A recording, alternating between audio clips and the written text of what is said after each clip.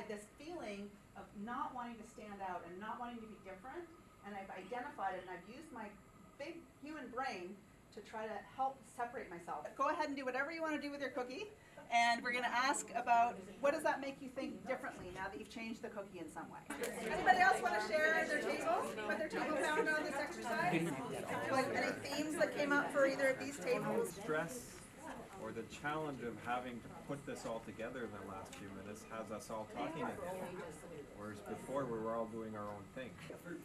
So hopefully this has been helpful for you to learn a few of the habits that you can use to make your life creative every day. Just do one of these 5 things. Daydream, be comfortable with ambiguity, put something novel in your brain, be curious about anything, about who the famous person is that Celine Dion right here. And always remember to edit later. Don't try to diverge and converge at the same time. And if you can't remember any of those, you can just dance, because that's also very creative.